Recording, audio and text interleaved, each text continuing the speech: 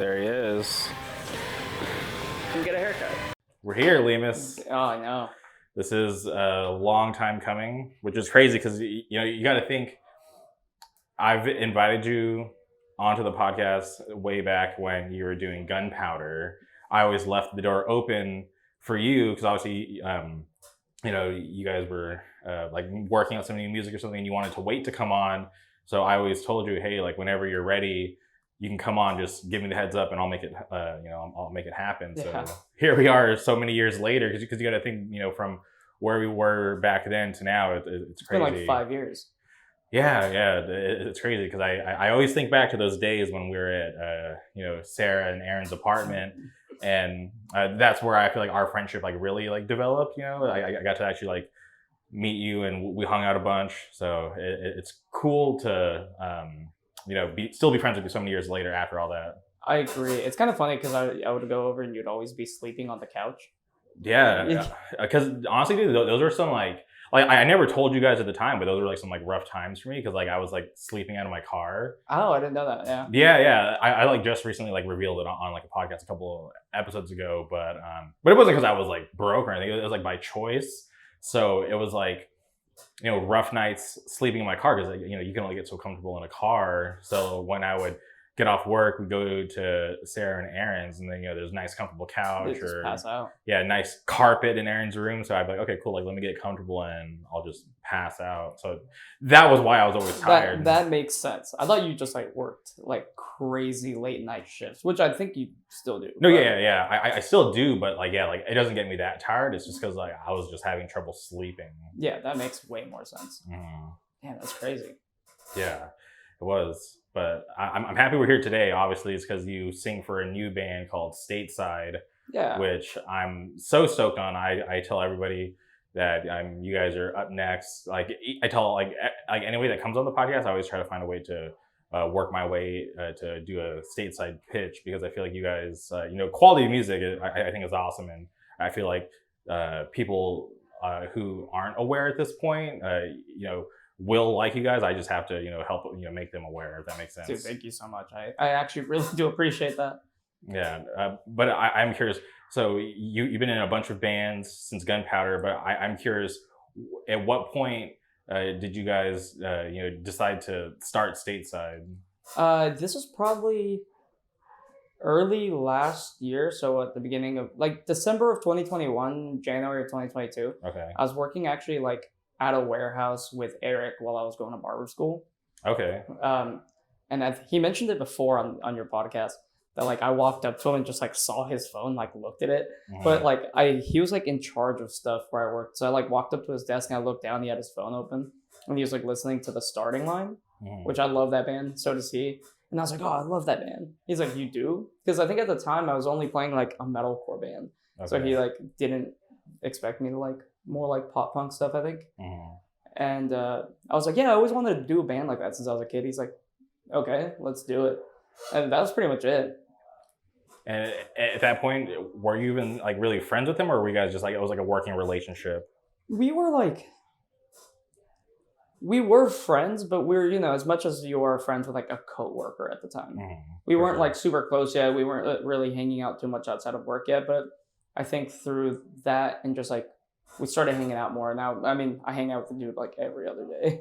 That's crazy. That's cool. Yeah. Like unexpected friendships, but I think that's really awesome that The Starting Line is what kind of sparked all this. Yeah, it was actually cool. We actually went and saw The Starting Line last year, which is like felt like a cool like full circle moment. Mm-hmm. Where'd you guys see him at? At the House of Blues.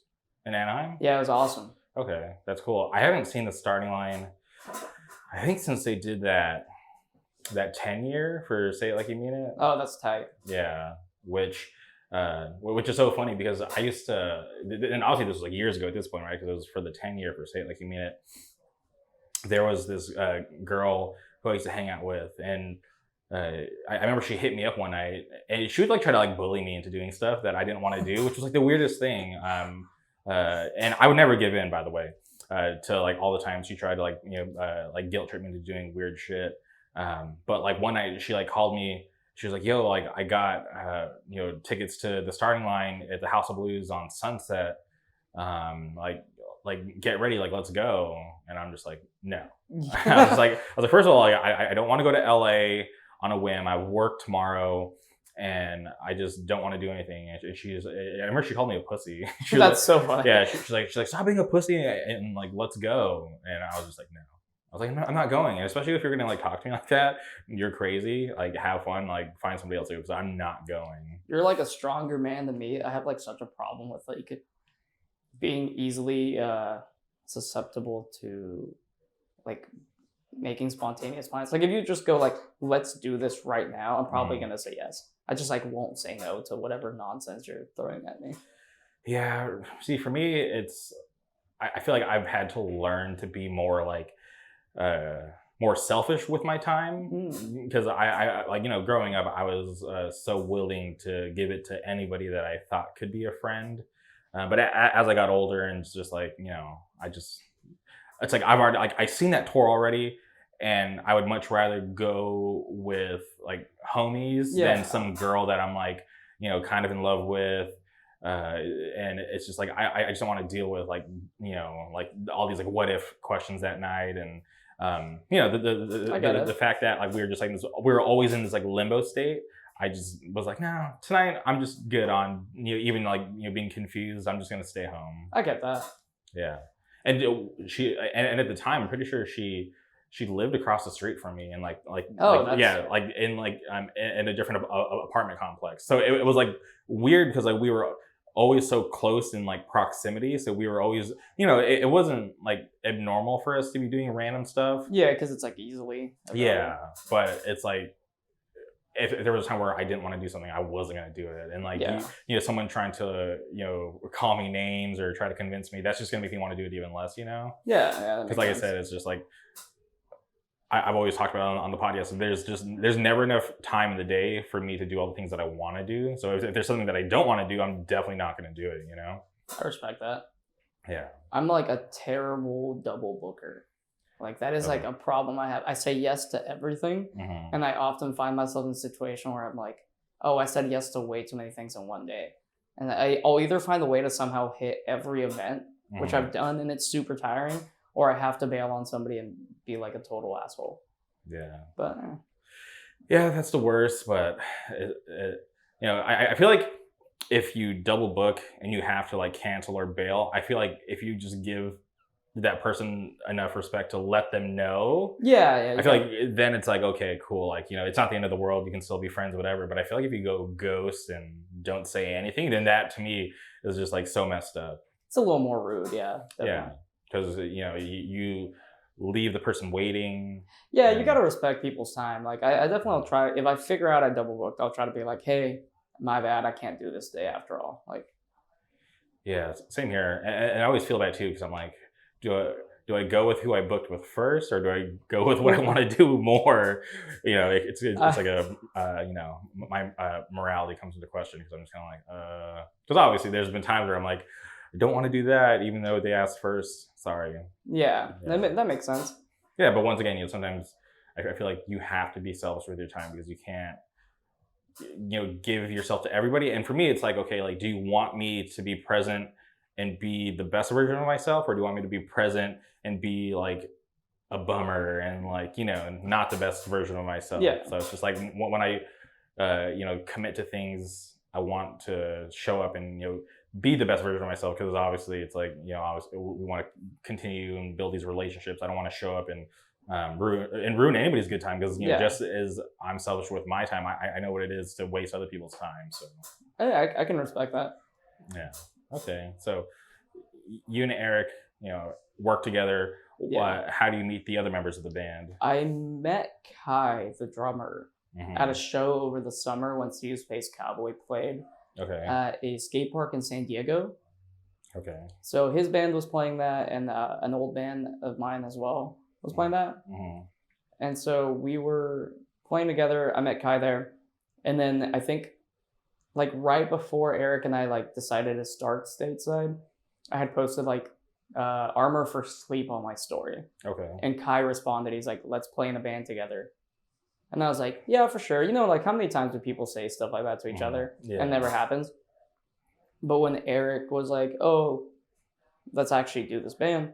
He's like, all right, I know a bass player. Hit up Ben immediately. And I was like, oh, I think I know a drummer. So I hit up Kai. And everybody was like down right away, which was super helpful.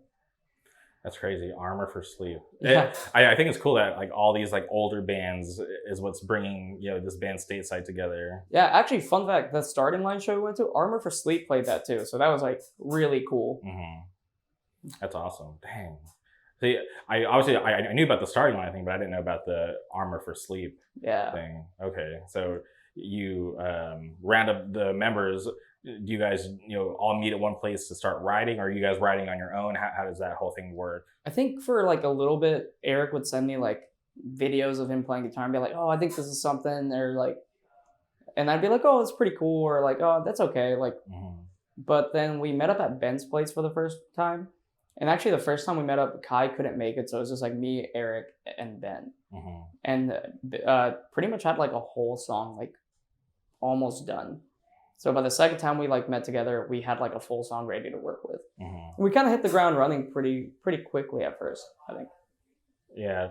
Was there a point where you guys were like, oh shit, like this could actually be a thing? Because obviously, you know, you can meet up, talk about doing a band, but you know, it could easily just not work out. Was there like this like, you know, moment where you're like, holy shit, like this feels like we got something here? I think like after like the first like 2 meetups, like, and we had like a full song pretty much done, and we're like, oh, it's like fun to play. We at the very least were like, this is gonna be like a fun project for us to just play like a couple shows here and there, because everybody else was busy with their own bands. At the time, Eric was in Dare, and they were doing Take It to Heart. Him and Ben were. So like it's like, oh, let's play a show here and there. Kai lives in Ventura, so pretty much off the bat we were like, this could be like at least something we do here and there. Okay. And I remember, obviously, like, I'm friends with you guys, so I'm always like hearing about the rumblings of you guys doing a band. And for me, I you know, obviously I've supported your bands in the past, and I'm a huge fan of Take It to Heart. So I always supported those guys. So hearing that you guys were doing something new, I was always curious and wondered if it would actually, you know, see the light of day.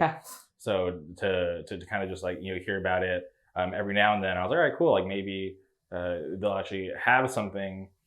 And do you remember I booked you guys?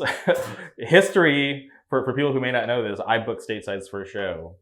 But, you know, I can't remember who it was that reached out to me. It might have been you or Eric, I can't remember, but somebody reached out to me and asked if Stateside could play a couple songs at that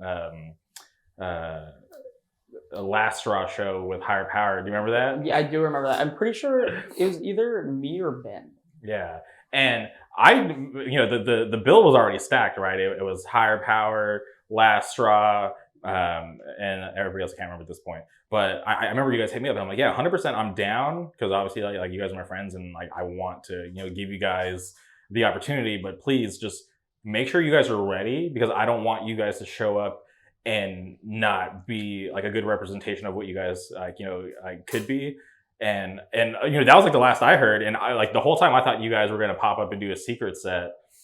And because Take It to Heart like that. Yeah, that's what it was. Yeah, yeah. I think that's exactly what happened. We were not ready at the time. We like just hadn't finished writing enough songs, or like didn't feel confident in what we were doing yet.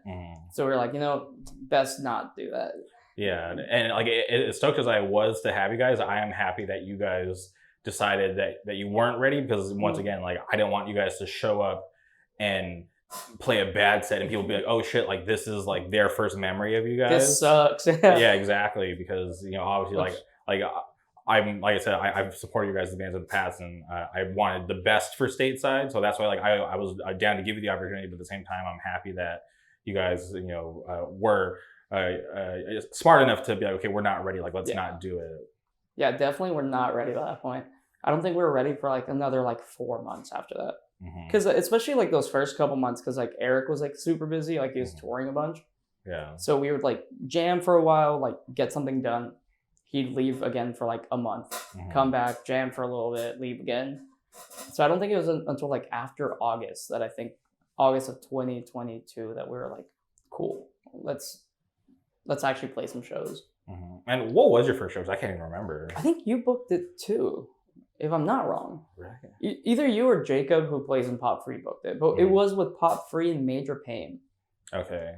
And we didn't even really have a full set yet. We just played the 3 songs on the Bitter Spring demo, which one of them is a Jimmy Eat World cover. Yeah. So we just did those 3 songs. We were done, and it was a lot of fun. Yeah. Oh no, you know what? I think it might have been Jacob, because I remember I showed up to because obviously the demo came out before the first show. No, it came out after. Came out after? Yeah. So we played our first show. I think it was in September of last year, and we just played those 3 songs, and it was awesome. It was like such a fun time that I think after that is when we were like, oh, this could be like something we do way more. Okay, then maybe I missed your first show, because I remember I listened to the demo and I was like, okay, like I want to give it like a real grade after I see it live. So I remember I went to some show. It was a program, so I was like, all right, like let me catch them live and see what the vibe's like. Yeah. I think the day that we put out that demo in November, we also played program, and I think Pop Free also played. Yeah, I think that might have been it. Yeah, because I remember I was at work and talking to a bunch of locals and like kind of just trying to gauge everybody's like reaction, which is cool. But also I feel like there's a lot of people that I know that know you guys that don't go to your shows. So when I showed up to that show at program and to see like a bunch of people that I'm like, kind of familiar with and a bunch of people that I don't know going off for you guys, I'm like, oh, like this is cool. Yeah. That like, I think it sucks that there's like a bunch of people that should be supporting you guys that aren't, but I think it's cool that you're able to kind of bring in like these group of people because they're actual fans of the music, Yeah, and I mean like that's not even like, that doesn't bum me out when like people that I'm friends with don't like our stuff, because like I get it. All music's subjective anyway, right? Like, not everyone's gonna like the pop punk or like emo band because you're more into like metalcore. You're more into like straightforward hardcore. I get it. You know what I don't get is like but they will support bands that sound just like you guys, and it's just like, oh my god, these are.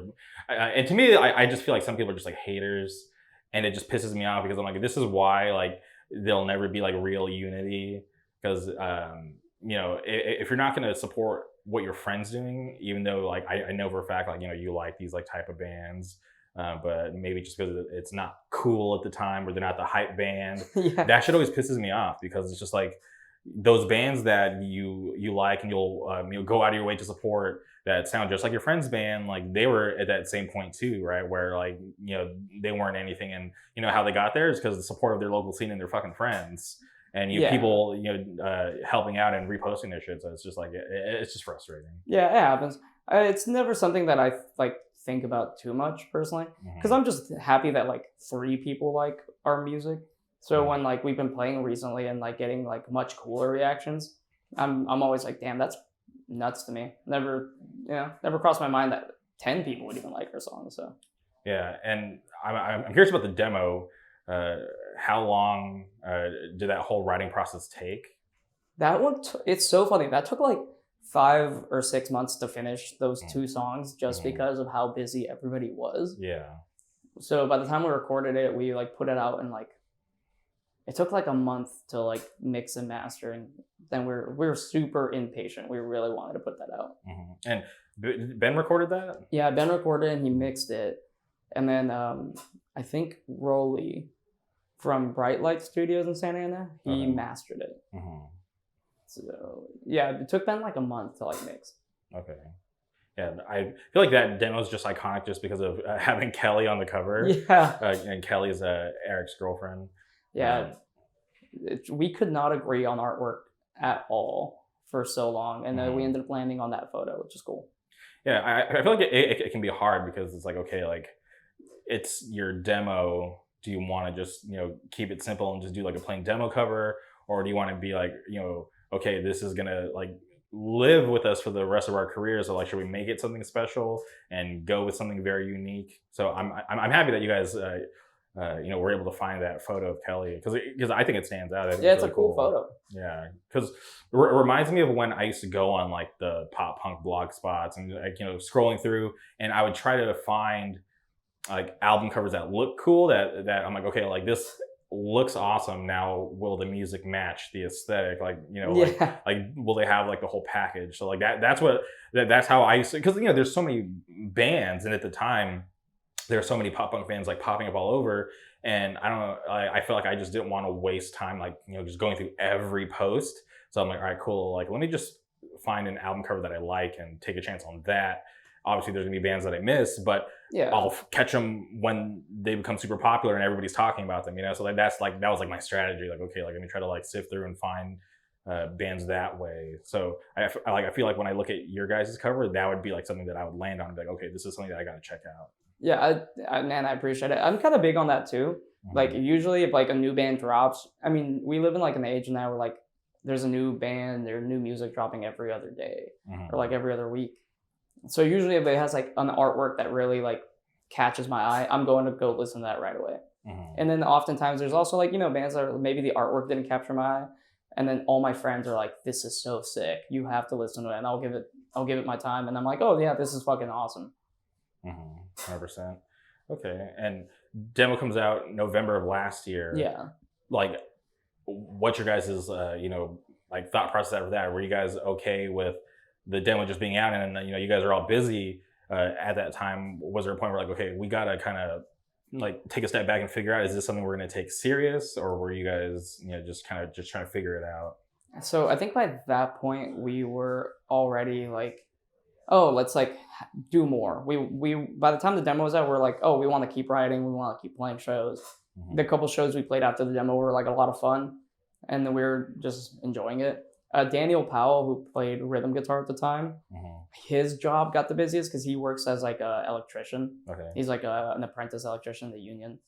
So around that time, he's like, I don't know if I'm going to be able to keep being in the band. And we're like, okay. We start writing for the EP that came out just last Friday around this time. And it's pretty quickly after the demo, we're like, oh, okay, let's hit up Zach Tush and see if like he's down or he has time so we can record with him. And we actually hit him up before he had any of the songs written. We kind of gave ourselves like a timeline. We're like, cool, we have to be in the studio with him in this date in February. Yeah, it was February. So let's like start writing and enjoy it. And I think we had already kind of found our groove with each other by that point, and it became like a much easier process to like write songs. And was the studio time booked before the tour that you guys went on? Yes. Oh shit, that's crazy. Yeah. So sorry to cut you off. Did you guys do any writing before that tour, or was it gonna have to come after the tour? Well, because the tour is in March. So in December, we like booked studio time with Zach in February. Oh, for February. Okay. For February. Okay. So it's like right before we leave for tour. And I think Eric knew some of the guys in that band Jockey because they played with us in November. That's what it was.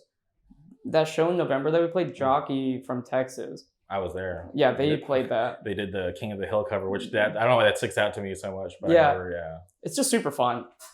Yeah. Oh wait, I think was that the night where I punched that guy? Yes, dude. That's so funny. That is crazy. Okay. That is that night. Yeah, that's a whole other story. We'll tell. When I have to wrap everything up, I'll tell a tell-all of all these crazy stories. But we met them there, and they're like, "Oh, we should like do a run together in March," and that starts getting planned there. And so then we booked the studio time for February. We're like, "All right, time to start writing more music," and we just kind of caught our stride and just really started writing. We brought in Daniel Porcho, who plays guitar now, into the mix, just because we knew like the other Daniel was like kind of exiting out. And how did you guys know the second Daniel? He played guitar in the band, or he played bass in a band called Whirlwind from Orange County. And we met him through that. He was just like a mutual friend who like expressed interest in like playing with us as a fill-in. And actually the singer of Whirlwind, Bubba, was like, oh, you should hit him up. Like he'd be down to like fill in or play in the band. And then he just started playing guitar for us and like kind of kept going. And we did like a little weekender with Spirit Dive. I remember that. In January, and that was kind of like the test run to see if Daniel could like, if he was like down or if he even liked playing with us. And the vibes were good, so it kept going. I remember that weekender with Spirit Dive. Yeah, I love that band. Yeah, shout out Spirit Dive, because that hit Program, right? Yeah, it actually did. No, It was San Diego, Las Vegas. We played a show in LA. Oh, you know what happened? There was the break. Yeah. And then you guys came to program. Yeah, because you booked a show with it was Sun Title and House and Home. Yes. Awesome bands. Yeah. I actually just had one of the guitar players from House and Home on the podcast. Dope band. Yeah. And he mentioned how he saw you guys on tour when you guys toured out his way in Virginia. Yeah. That's so sick. Yeah. It's crazy. Damn. Yeah. See, this is all coming back because there's obviously so much has happened since then. So to kind of hear it all again, damn, you guys played Vegas. Yeah, we did. Yeah. That was funny. Dude, I love Vegas. Eric, myself, and our friend Alex Holmes stayed. You know Alex. Mm-hmm. Stayed up until 4, 5 in the morning, just gambling. Oh. We just couldn't stop. That's crazy. We gambled all day, went and played a show, came back and just kept doing. We didn't win either. We just kept losing, but we're dedicated. You gotta keep going. That's how it normally goes in Vegas. It's rare for people to walk away, up, because I feel like out of all the times that I've gone to Vegas, the majority of the times I've left with less money. No, my time will come. My time will come where I hit that jackpot. I believe in it. For sure. No, the chances are on your side because obviously if the opportunity is there, you can win. But hopefully they don't screw you, because I always die when I read those stories about how that lady won the jackpot and they're like, oh, sorry, the machine malfunctioned. Here's a steak dinner. Dude, yeah, that sucks. Or I know they tax you kind of crazy, right? Mm-hmm. You have to set aside money for taxes after. Yeah, because you can have them take it out right away, or because I know you have to go to, because it's over a certain amount, you got to go back, you got to fill out paperwork. Yeah. It's I need that to be me. I need to be filling out that paperwork. I need to win. Okay. Well, what's the closest casino to here? Commerce Casino, is that the closest one? Whatever the one in Hawaiian Gardens is. Oh yeah, I forget about that one. Yeah, I've never been, surprisingly, but I want to go. I heard it's really dangerous. They're sketchy. Because I used to train, and this is funny, I've never talked about this, but I used to train Super Smash Brothers in Hawaiian Gardens. There's this guy who I met at a tournament at one of my local comic book shops, and just a friendly guy, and he was like, hey, I actually host the biggest Super Smash Brothers events in Southern California. Okay. We do them at the Esports Arena in Santa Ana. If you're serious about learning Smash Brothers, come over. We got a pretty solid crew who can help you get better. So I used to drive out to Hawaiian Gardens to train Smash Brothers in this guy's garage. And what's funny is I would go and train, we'd be grinding Smash Brothers in his garage. And it would always end because he'd have to go inside the house to have dinner with his family. Okay. And I was always hoping one day he'd invite me in, because I fucking love food, and I'd always be hungry because I'm in this sweaty ass garage playing Super Smash Brothers. But whenever his mom would call, he'd be like, "Hey man, I gotta go." And that's so funny. Yeah. Also, there's something so funny about you saying I'm training Smash Brothers like that. Yeah. Oh man. Yeah. It's something that I never pursued, but it was just nice to be able to play at a high level, Yeah. Mm-hmm. I mean, that's cool. Yeah. So if anybody thinks they're good at Smash Brothers, Dewey from the Flock Inc., he's dodging me. My Martha's better than his, just to let you guys know. Yeah. What's your main? Peach. Okay. Yeah, Peach in every game. Okay. So yeah, Peach is my main, but depending on the game, I can use other characters. Okay. Yeah. I used to be I don't really play all that much anymore. I don't have a Switch or anything. Mm-hmm. But whenever I do play, I'm usually Kirby. Okay, Kirby's cool. Because it's kind of an annoying character, right? You just turn into a rock. I'm not good. I'm not very good, but I will spam. Mm-hmm. And I'm going to be annoying about it. Yeah. And I feel with Smash Brothers, I feel as long as you're having fun, that's all that really mattered. Dude, people get really mad, though. People get super into it. Yeah. It's funny. Because because I play all fighting games. Yeah. So I used to go to Compton for Street Fighter tournaments and watch, and like I said, they would have all fighting games there. So we're just watching the Super Smash people play, because they had a small group there, so it would always be maybe 8 people. So just watching them freak out. Oh, that's cool. I was just damn, this is crazy. They were acting like they were on the main stage at some national tournament, but it's dude, we're in a little game shop in Compton. That's for awesome. A weekly tournament. It's not that serious, Yeah, that's dope though. People just having fun. Yeah, I feel Need more people with hobbies like that. I don't know. Life's so short; it could end in like a blink of an eye. So it's just like, yeah, like be responsible with your life. And maximize your happiness. Yeah. Go have fun. Don't spend too much time being sad. I can't like hate on somebody just going out and like having a good time. It's so easy to be like bummed out at your house or like be boring or whatever. But somebody just having a hobby, going to a fucking game shop and like enjoying their time with their friends, that's awesome. Yeah, because it's just like they're having fun. Yeah. I want to have fun. I used to do like Mortal Kombat tournaments. Like I'm not very good at many like fighting games, but I got hands at Mortal Kombat. Okay. I'm annoying with it. There's a new one coming out. Yeah, there is a new one coming out. Yeah, when Mortal Kombat, I think 10 dropped or 9 dropped. Must have been 10. It was like 2015 or something. Okay.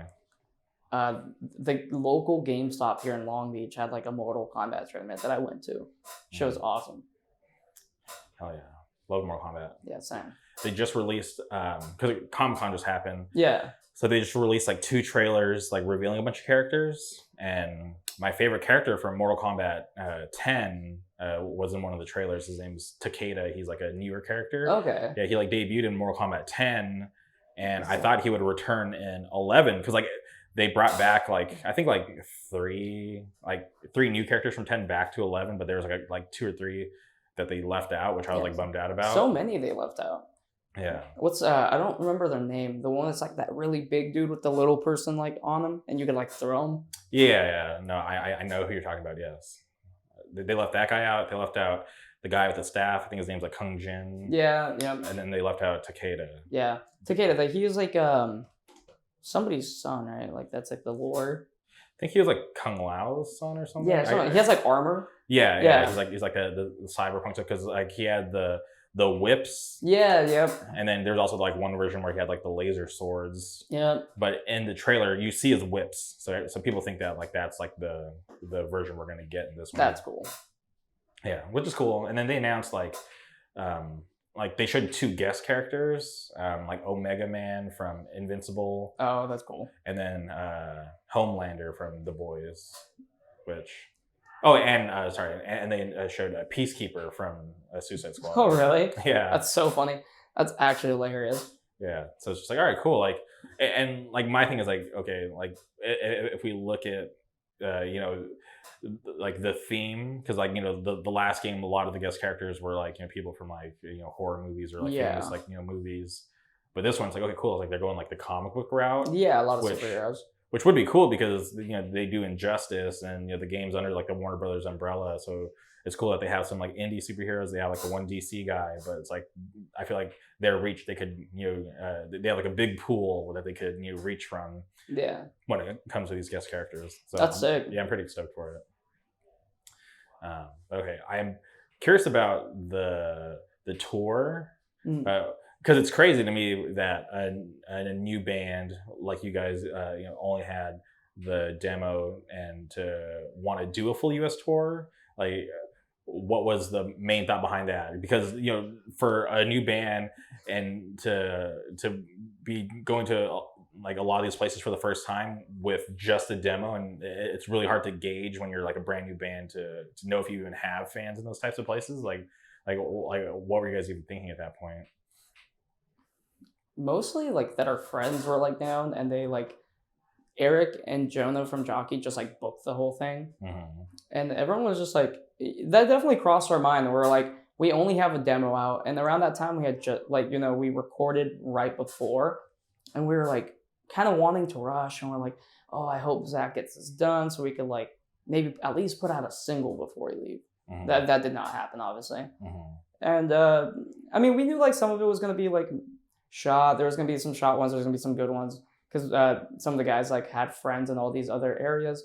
We're mostly just excited to get out there and like play for other people. It didn't really matter to us like what the outcome was as long as we're all having a good time. And it was fun for me personally. I'd never been to like any of those places except Texas. So once we were done in Texas, everywhere I went was somewhere new to me. So like that was just like my way of like kind of like exploring the States. And to have fun with my friends. Like the whole time, like our mindset was just like, let's just get out there, play to some new people. Some people are going to like this, some people aren't. let's just have a good time, and then keep going. We weren't gonna lose anything out of it except like money. Yeah, that's like the one thing I want to ask, because obviously to do like a tour like that, right? There's like a big financial risk, right? Yeah. Because like a van, gas money, merch, you guys got to eat, places to stay. Like it's not all for free. Yeah. So were you guys like okay knowing that there was a chance that you could take a hit financially? Yeah, I think everybody was like prepared for that. And in the long run, I think we did slightly better than we all expected to. So that was like pretty nice. That was like a nice surprise. We came home, we're like, oh, cool, let's do it again. So that's exciting. We're definitely trying to do a lot more touring, just play a lot more shows, keep seeing new places, have more fun. Yeah, I remember I was in Philly and I got hit up by you and you were just like, hey, are you in Philly? And I was like, yeah, I tomorrow is my last night, then I fly home the next day. And you were like, hey, we're playing in Philly, like you should come out to the show. And I was like, all right, cool. And then I find out that my friend Ben Stuckey booked your guys' show. Yeah. So I was like, I think this is very possible. So I remember I went to New Jersey that day for a show because Never Again and Cut Down and Dead Last were playing and Off the Tracks. And that was a matinee show, which they like to do out there in Jersey. So it was a matinee show. And then I was riding with my friend Jacob, who plays guitar in Fool's Game. So matinee is over. And I'm like trying to figure out like, yo, like what's the plan? And he's like, oh, like we're going to Ben Stuckey's show like right now. And I'm like, oh, cool. I was like, my friends are playing, like let's go. And it was just crazy how like that lined up, because like that didn't even cross my mind because I knew you guys were on the road. Sorry, I knew you guys were on the road, but I didn't even think like, holy shit, like we're gonna be in Philly at the same time. So after you hit me up and I found out that Ben was doing it, I'm like, yeah, this is like a no-brainer. Like we're definitely gonna make it happen. So rolling up to the VFW media, whatever it's called, and seeing you guys there, I'm like, oh, this is so crazy, because just knowing that you guys are on the road touring, I'm like, this is just so crazy. And it's always nice to see friends from home, like somewhere else. So yeah, that was like the coolest part for me. I think I was like, what are the odds of running into Jamie like in a whole other state, like across the country? It was fun. Yeah, and it was cool because I remember asking my buddy Jeff, I'm like, yo, like, you're gonna film the show tonight? And he's like, yeah, of course. Like, like this is what I do, because he just got done filming, the Hardcore Pride weekend, and then he just filmed the show in New Jersey. So I'm like, all right, cool. Like you're gonna film the show tonight, which was cool. He actually had me film the jockey set. Oh yeah, I remember that actually. Which was crazy because I was just like, I was like, I've seen a ton of your videos. And I could, I feel like I could do it, but you just give me the basics and I'll take care of it. And then, yeah, so he kind of gave me like the basic run. He's like, all right, this is how you do it. Have fun. So that's sick. Yeah, it was fun for me. But I feel like the biggest bummer was that the local bands played, and then like the majority of the show just fucking left. And I'm like, that says a lot about like, your scene, where like, you're going to take off after these local bands play. You're not going to support these touring bands. Like obviously these people paid to get in the show, but it's like, dude, like you paid to help support the show. Like, wouldn't you want to stay to see these bands? And who knows, maybe they're going to be good. Maybe you're going to like them. And maybe if you show them a good time, they're going to want to come back. So to me, that was definitely a bummer, but also to hear that there was like some people who drove from like other states just to see you guys. That's cool. I didn't even know that. Yeah, there was some kid. He was there with like some girl. I don't know if it was like his sister or his girlfriend or whatever. But I remember him buying your guys' merch and talking about how he drove like a couple hours to like see you guys. I'm like, oh, damn, that's like, nuts. Like this guy's like tapped in on the demo. Like this is crazy. This is cool. So for me, that was cool just to see that there, like, there was like people who were tapped in from like, like on that side of the country, and that like drove out of their way just to see you guys. That's cool. Yeah, I remember that show being like you said, a bunch of people left, and it definitely like bummed some of us out for like a second, but immediately we were like, you know what? Let's have a good time anyway. This is bound to happen. We went out on a demo. Let's just keep like having fun, and it really helped, I think, a lot to have like a positive mindset during stuff like that, or at least like trying your best to have a positive mindset. Yeah, and I thought it was cool that obviously like the dudes in Jockey were like very supportive. dancing and singing along. So I feel like that was cool to see that you guys had that kind of relationship with them. Yeah, and at that point Montclair was with us too, and so that was actually really cool. I think actually like the crazy thing is around that time in the run, our drummer Kai had like an emergency that happened, so he actually had to leave halfway through, and Jonah and Miguel from Jockey were filling in on drums at that show, so we were barely able to practice, like having them just like do what they could, which was awesome. And then for the rest of that run, Alex from Montclair helped us out and like drummed for us, which shout out Alex. Yeah, I got to see the Jockey portion because they did like half and half. Which they did a great job, but I totally understand like they were, playing drums I think takes a lot of stamina, and maybe like they would feel burnt out after playing like 2 sets in a row. So I totally understood that. And to do that for a tour, that gets very exhausting. Exactly, especially like last second, not prepared, learning songs. Yeah, mad respect to those guys for helping us out. Yeah, so shout out to Media, right? I think it's the name of the city, because it wasn't Philly proper. No, it was like outside of it. Yeah, I think it is Media. Yeah, but yeah, that was crazy to see you guys, and then I'm like, holy shit! Like I just saw my friends, and then immediately like I just went to like this diner with like Jacob and his girlfriend, and then the next morning I like woke up early and flew back to California. So cool. Yeah, I definitely want to go back. I want to go back and play Philly again. Yeah, and there's this really cool band. I don't know if you had a chance to check them out, Ultralight. I feel like I tell everybody about that band, but that'd be sick for you guys to play with them out there. I haven't. I'm gonna check that out like on my drive home. Yeah, they're supposed to play out here in November. Oh, cool. Yeah, I actually I've been bugging Jake about it because he's supposed to be booking that show. Jake Bieber. Yes. Oh, I always call him Primary Jake. Oh yeah. Because that's his Instagram name. Yeah, they're super sick.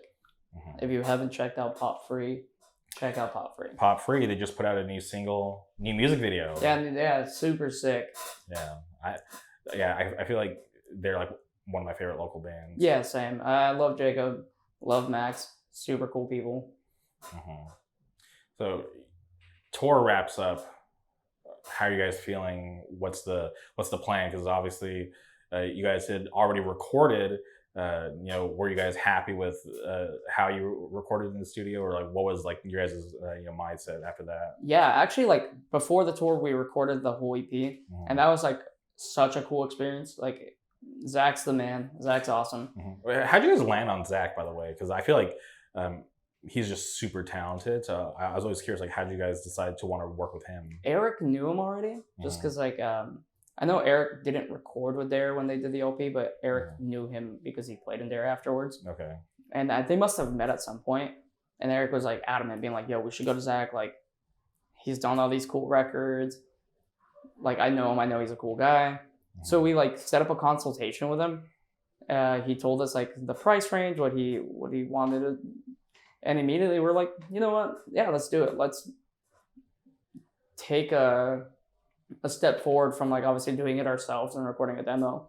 It's like there's just so much more to like gain than to lose. Like we'll spend some money and like have a good time. Get something that like I'm very proud of.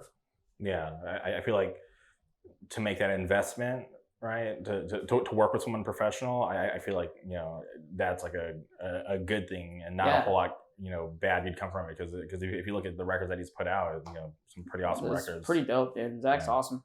And it was like such a cool experience to go in. Like we had like the songs pretty much ready. We like demoed them out. We brought it to him. We had like a day where he went through the songs with us and like helped us maybe do some adjustments to make things even like cooler. And that was cool. Like you have to have I feel like you have to have an open mind for that, because obviously like it's like your art, so you don't want to maybe have somebody else like give their input and touch it. But I thought it was cool. Like I had a really good experience with that. And the recording process was so fun. Like he's a funny dude. Everyone vibed really well, so I had a great time. Yeah, I feel like it's good to be able to let go of your ego and hear someone with perspective, someone who's done that with a ton of other bands. And it's nice to have a fresh perspective, because you might be so stuck in your ways and think that this sounds good this way, but with some slight adjustments, it could be even better, and you might not even know. Yeah, I mean that just goes a long way. it's like, and it's somebody who like obviously you're working with them, but you know you can ask your friends like a bunch of questions, and like sometimes your friends might like just be like, yeah, dude, that's sick, and because they're trying to be a good friend, maybe not telling you they didn't like something, which like I get. But it was cool to have like a person who's like unbiased and was like able to be like, oh, that's cool, but maybe like that could be better. I think that's always cool. That's super helpful. Now I'm curious, from the demo to the EP, because I'm not sure if it was the quality of recordings, on the demo, but when I was, critiquing your vocals, I was like, okay, I was like, I know Lemus can sing because I've heard like, like your acoustic stuff before, stuff that you sent me. I was like, I don't know if it's just the demo, but I'm not really vibing with the vocals right now. But I'm not gonna, hold it against him and let that be like my final judgment. I'm still gonna pay attention and see where it goes. And then I remember you sent me that first mix, and I was like, "What the hell is going on?" Because you sounded so good.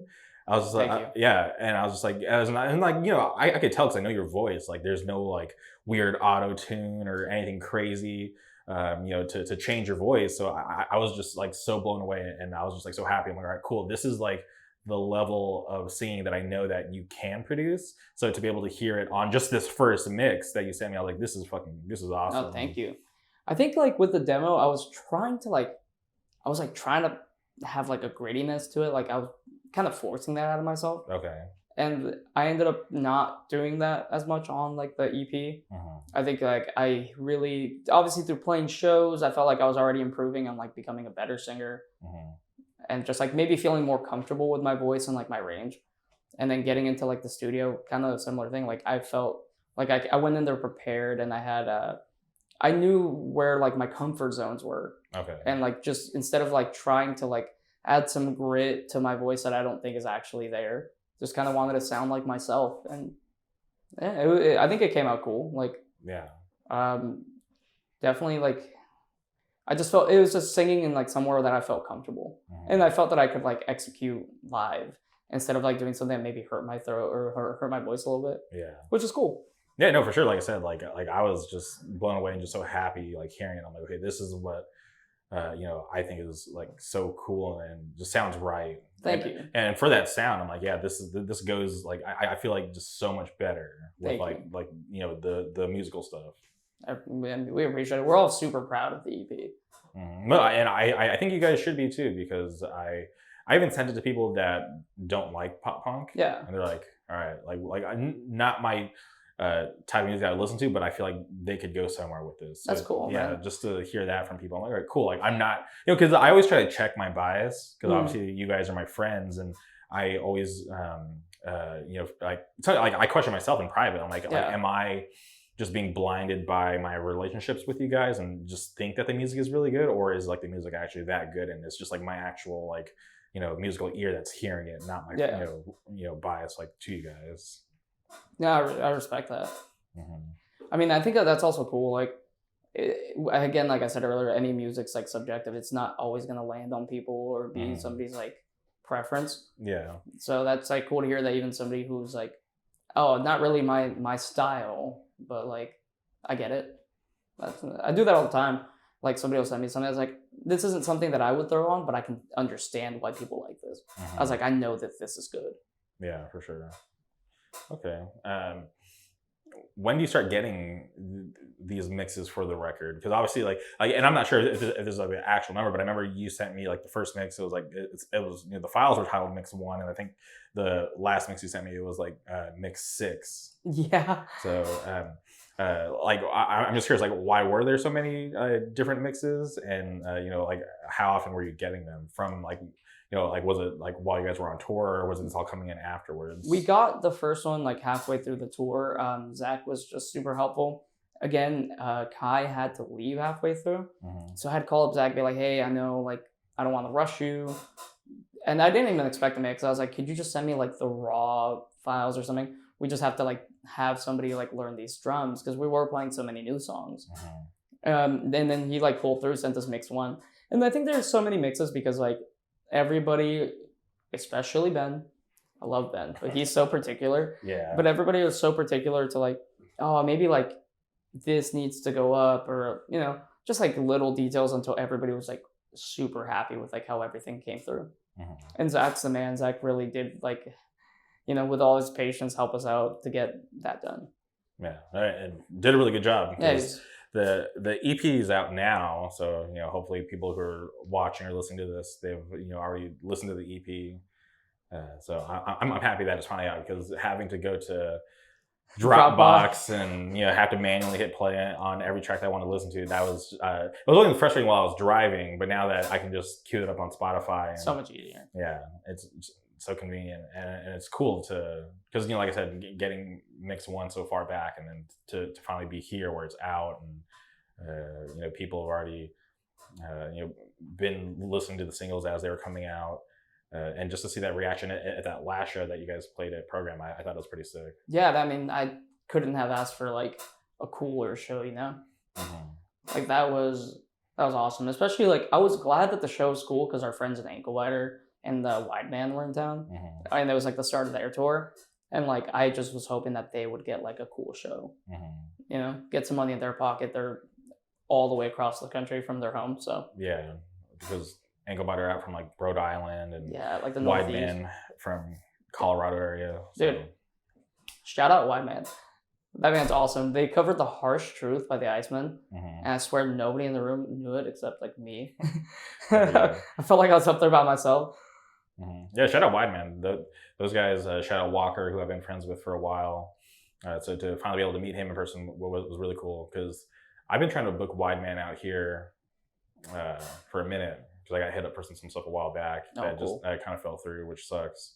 But I'm happy that they were finally able to make it out and play the West Coast, because I think Wide Man is such a sick band. Cool band. Yeah, and they also do another band called Flower Language, which is like more on like the like shoegazy type stuff. I didn't realize that's the same people. Yeah.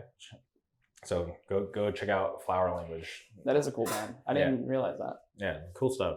And I like that when obviously people can or have multiple bands. They're not just like tied to one type of sound. They're very versatile, so they can do multiple things. That's cool. Okay, so the EP's out, but I want to take it back to a couple of months ago. There was a video shoot, because because I'm not sure when the video is coming out, because it might be out before this even drops. But as of this recording, the music video is still not out. But I just want to go back to the music video shoot, which I thought was really fun. I actually drove by the house on the way here. Yeah, on the way here, which I was just dying. So I'm like, oh shit! Like I spent like a whole evening in there jumping around and people going crazy. But how did that all come together? That's awesome. I mean, dude, I've had like an idea for a music video in like a house like that since I was in Gunpowder. Troy and I would drive to work together. We worked together at the time, and we would like talk about wanting to do these like cool video that was like reminiscent of like the late 90s, early 2000s, kind of like just like the videos that we grew up on and loved, like those like hot house party type of things. Yeah. And so when I got into this band, that was always something on my mind. Even during the demo, I was like, oh, I would love to do that. So I was really glad that we finally got to do it. My friend Dustin, who like films music videos, that I've known him for like 10 years through like working Not Scary Farm of all things. I hit him up and he was super down to like film it for us. And the house actually is my coworker and my good friend Brandon and his girlfriend Mia's house that they live in, and super thankful for them for letting me be like, hey, can I just like invite a bunch of strangers into your home, or friends and potential strangers into your home to like film a show. And it was cool that we actually got to play a set and like get a real reaction for that. And they were super generous. I was kind of scared because they had just put in new floors like recently. And like when people were like jumping, I could feel like the floor moving, and I was like, "Oh, dude!" I was like, "I'm about to have to pay for this." Yeah. But nothing broke. Surprisingly, it's dope. Yeah. Shout out the free pizza. Yeah, dude. The free pizza was like my favorite part because I was so hungry. Yeah, that's something from Dustin. I was talking to Dustin, and Eric and I were talking about it. Where it was like, yeah, let's buy pizzas. Like we had like vegan pizza, we had like normal pizza from a couple local places. Let's like buy drinks for like people to enjoy. It's like, let's throw a real party essentially and make sure that people who come and like give us their time are like at least fed. Yeah. I remember I was in the kitchen and I don't have the footage anymore, but there's this guy in the kitchen. He was, I don't know if you want to name him, but he was going off of like, like it was a good vibe. Like everybody was just like chilling, talking about music, when this guy just goes off about like AI and the government, and he was just going deep. So I just bust out my vlog camera, I start filming him, and he like freaks out. He's like, you can't put my face on camera. Like I've killed people. And I'm like, what the heck? This guy's out of his mind. So I put my camera away because I was like, I don't even want to talk to this guy anymore. So I just left. I'm like, I'm getting out of here. I don't even think I know who that was. That was like for sure just some stranger who showed up. Yeah, it was so weird. We put out a flyer and it was like open up to anybody who came. We didn't put the address on there just because we didn't want to like give everybody my friend's address. Yeah. So we're like, just like hit us up and we'll give it to you. So anybody who messaged us got it. We weren't like weeding anybody out. We're like, oh cool, just show up. Yeah, it was crazy. But the vlog was fun. Filming, you know, because that was like the first vlog that I did with like my new lens. That's sick. So that was fun to be able to show up. And obviously like I wanted to be really respectful to the, you know, director. I didn't want to steal any of his shots. So that's why you go watch the vlog right now. There's no actual shots of the music video being filmed. It was all stuff when they weren't filmed. Yeah, I sent it to you, right? Yes. Okay, yeah, cool. Yeah, you did send me the final version of the music video, which was really cool to see because there were so many shots that were being filmed that I wasn't even paying attention because I was like, you know, eating pizza or just you know, not needed for the shot. So to be able to see that there was like a whole storyline playing out, I was like, oh cool. I was like, I didn't even know that they filmed this, and to see like some of the stuff from like the front yard and you know, the stuff in the backyard. Because I remember the backyard was going crazy. I was like, oh, this is why they were yelling all crazy. Yeah. So it was something cool to be able to see it, you know, see the final product and to think back like, oh, this was going on when I was like at this spot. It was cool, man. I think the vibe that we were going for definitely was achieved. So that was cool. We just wanted to have something that like, again, like this whole project to us is like really tapping in, like writing music that we enjoy and like really reminiscent of stuff that we grew up on. And that was like definitely our biggest inspirations even when it comes to like something like doing a video that fits kind of like what we enjoyed watching growing up. It's kind of like an homage to like all that. Yeah. And I think you're doing a really good job too, because like even at the music video shoot, like you even hear me say it in the vlog, I tell Eric and Ben, I'm like, yo, like that first reaction to All on Red, I'm like, you guys could just use that and like it would be sick. Yeah, it was better than I expected. And again, like just to touch on this, where it's like the whole vibe of the band was us like doing music that we love, but it's like definitely like trying to find the balance between like touching on things that we grew up on, but not like dwelling in nostalgia and still like being creative and doing things that to like push the sound as it's coming out today, obviously. So that's been cool, and like it's cool to see like people enjoy it, like that first reaction that you're mentioning. I couldn't add again. It's like I wanted 3 people to like this music, so if anybody else likes it, I'm happy. Yeah, and now you guys are getting asked to play shows, which I think is cool. To be able to have the support from like, you know, people who put on some of the best shows down here, to have them know who you guys are and to be booking your band. I think that's really awesome. Definitely thankful for anybody who wants to book us. Yeah, because you guys have a show coming up with Strife. Yeah, dude, that's cool. Yeah, Strife, More to Pride. I just filmed an interview with the singer yesterday. It's so dope. Yeah, and he's like pretty stoked on that show, and I think it's cool just because it's at the Locker Room, which I think is like probably like the coolest venue for hardcore shows in Orange County. Yeah, I haven't been there in a minute. Yeah, because I'm not sure if they're. I'm pretty sure they're still DIY because like so many of our venues are like, you know, like under these like corporations, but not like, you know, super advertised. And yeah, it just gets weird when you know, you bring big business into hardcore. I know it's always been a thing, but these days when it's just like, you know, when a lot of our cool DIY venues are now owned by these big corporations, just to me it gets really weird. So yeah. The fact that we still have some cool DIY venues, I think is really awesome to be able to have hardcore shows there. Yeah, it's like, I agree. It's like it's way better than having a corporation behind it. And you guys are playing these hardcore shows.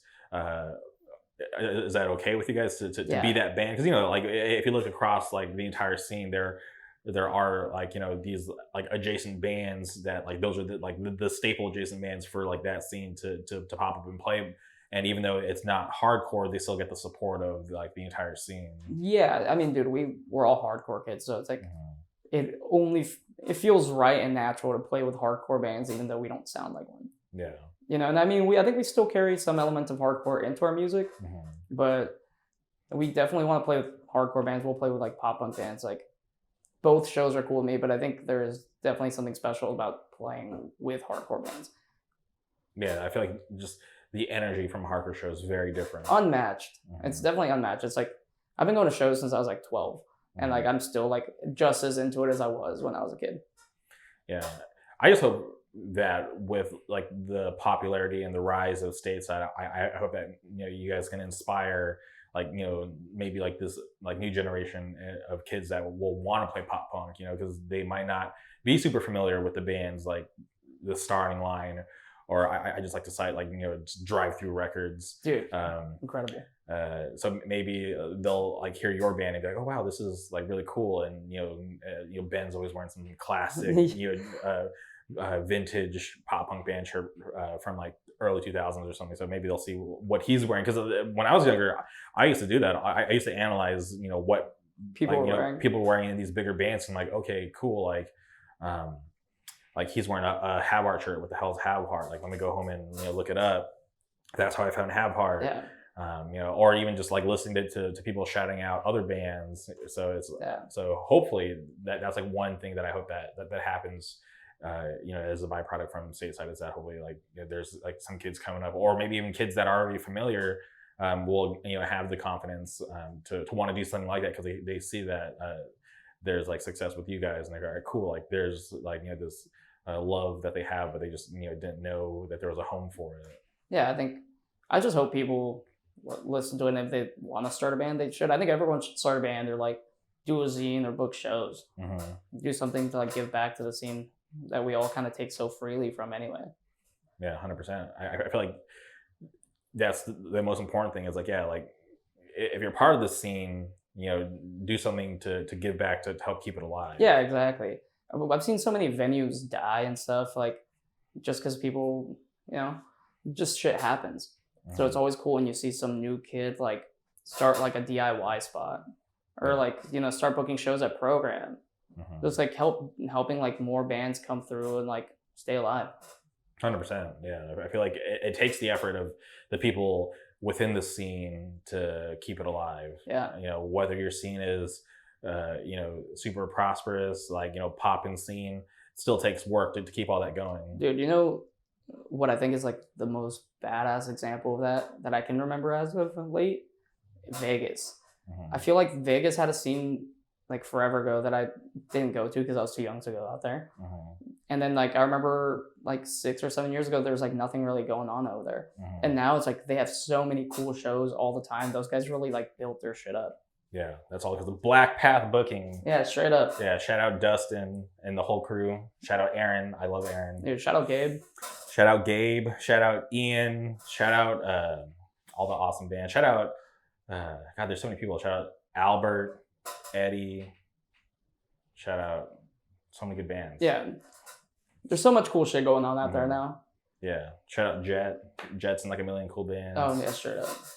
Yeah, so there's Vegas, and I've always like because I was at those shows like years ago, like before there was the lull, and that's why I have such a love for Las Vegas hardcore, because I've been friends with the Black Path guys before Black Path, just to see what Dustin used to do out of his living room. Like his parents were so supportive; they would like put like these wooden boards to block the fish tank so the fish tank wouldn't get broken. And he'd have cool. Cruel Hand, Suicide Silence in his living room. Like, it's crazy. Oh my God, it was insane. So to see him have like success and book a lot of cool shows, and then to see him be able to still be around through the lull and fight through it, and then to come back and be what it is today. Like, I'm so proud of those guys, and I'm happy that when people leave Vegas, they are so like inspired that they'll post about it and tell people like, yo, like if you haven't been to Vegas, you need to play Vegas. Vegas is sick. Yeah, because I think they've always had a cool scene, and the guys out there work really hard to keep it alive. Yeah, dude, mad respect to like dudes like that are putting in like work. Yeah, because it's not easy. Yeah, hell no. Trust me, this is coming from a guy who I haven't been in the trenches, but I've booked like enough shows to know that it takes work, and it's not always fun. No, dude, there's definitely like stress that has to come with like booking shows and like making sure everything runs smoothly. Yeah, which I try, right? Like I try to be like, all right, so organized and think that everything's gonna run so smooth. But even when things are running smooth, somehow we're like 30 minutes behind schedule. I'm like, how the fuck does this happen? Like we got everything, backlined. Everybody's breaking down, getting out of there, but somehow shit happens. Yeah, something's always gonna happen. Okay, so EP is finally out.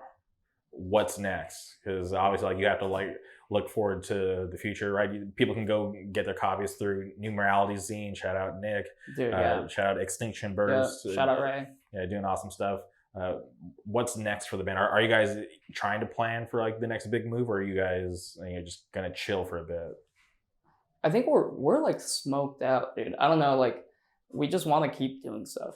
I think even when the EP was like already done and like Nick and Ray were like helping us out, like set up like the singles and like helping us out to get vinyl, which again, thank you to those guys, fucking awesome dudes.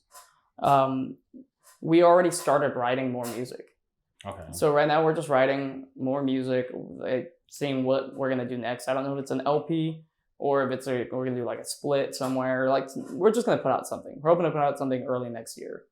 Oh wow. If we can. And then we like want to tour. Like, so we're going to be doing, we have 2 runs planned throughout the year. Something shorter, not as big, not as like long as like the one we did earlier in the year. So we have 2 more during the year, and we're just hoping to like keep playing shows and keep touring. We just want to keep pushing. Okay. We have a lot of fun playing. So as long as it's fun, we'll be there. Yeah. And I feel like now with the EP being out and like, obviously there's like more music. And I feel like people have definitely heard your guys' name before, so I feel like this next couple runs that you guys do, there'll be like way more people like paying attention and actually like coming out and hopefully crazier shows. Yeah, dude, I hope so. I hope it. I can only hope that it keep moving forward. It's all fun to me. I enjoy every show we play. Yeah, it seems like you guys are having fun. So it's just. Being a witness to some of your shows, it seems like you guys are out there having a really good time. No, thank you. No, I'm definitely excited to like put out more music later too. My brain is like always like thinking of like the next thing for some reason. So I'm always planning. So I'm always like being like, oh, I can't wait to like put out an EP next year. And the guys are like, we just did it. Like, let's take our time. I was like, of course, but I'm already ready. Yeah, no, it's cool. I'm so, like I said, like I'm so glad it's finally out. But I did find it funny when I was at that program show. I asked Ben, I'm like, yo, like, are you guys covering Fall Out Boy tonight? And he's like, oh, we didn't plan on it, should we? And I'm like, yes, you should do it. I was like, every time you guys cover Fall Out Boy, like you see the reaction. It's so fun. So I was like, I don't know why it takes me to ask for you guys to cut it into the set. You guys should, It's funny be there. I didn't even know that you asked Ben, Nick Bertles from Ankle Lighter, and Evan asked Eric, and Eric looks at me and I was like, yeah, let's do it. So it's like you asked and they asked, so that was like a good team effort to like bully us into covering Fall Out Boy. I think that might be the last time we do that for a minute. That's sad news. But Ben did mention that you guys were going to do some other covers. Yeah, we have like a couple other ones that we like are like trying to agree on. Like I think everybody wants to do like a Saves the Day cover, but they have so many good songs that I'm trying to figure out which one. Yeah, and I'm still waiting for the Starting Line cover. I feel like that has to happen at some point. That was like when we were doing the demo, we ended up recording that Jimmy Eat World cover. It was going to be a Starting Line cover, and we ended up like switching over lanes to Jimmy Eat World. Interesting. Which song was it going to be from Starting Line? Dude, I think it was going to be Almost There, Going Nowhere. Damn, that would have been sick. Like that whole record is amazing. Yeah, it was going to be something off of like Say It Like You Mean It. Though I want to cover something off of Direction. Okay. Okay, for sure. Yeah, I'll take any Starting Line cover. Yeah, fair. Okay. Well, I'm very curious to see where you guys go from here. Because, like I said, it seems like you guys are like, it seems like it's always just, you're on like this upward trajectory, right? Because, the demo came out, then you're on the tour. And then, you guys have the EP lingering, and then you guys obviously like talk to the labels and you get signed, and then the EP's out, and now it just seems like more people. The fact that more people know about you guys and are singing along at these shows, I feel like it's just cool to see like this gradual growth. Oh, dude, thank you, and thank you to like anybody who's even like checked out the EP. Like that's cool to me. Yeah. Anybody who gives us like their attention and time, like I'm grateful for.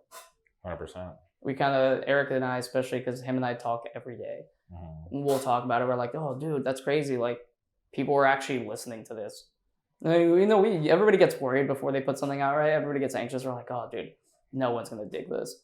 And then to have anybody like be like, this is awesome, makes my day. Oh yeah, that's awesome. Well, I appreciate your time today. Dude, thank you. Yeah, obviously we're friends. We're homies. Yeah. But before we go, is there anything else you'd like to say? Dude, shout out Numerality Zine. Shout out Extinction Burst. Nick and Ray are the fucking goats. Shout out Sunday Drive Records. Ankle Biter. Spirit Dive. Pop Free. Those are the homies. Whirlwind. Fucking Major Pain. Everybody out here in Southern California hardcore, man. 100%. Thank you for your time. We'll be back soon. Goodbye.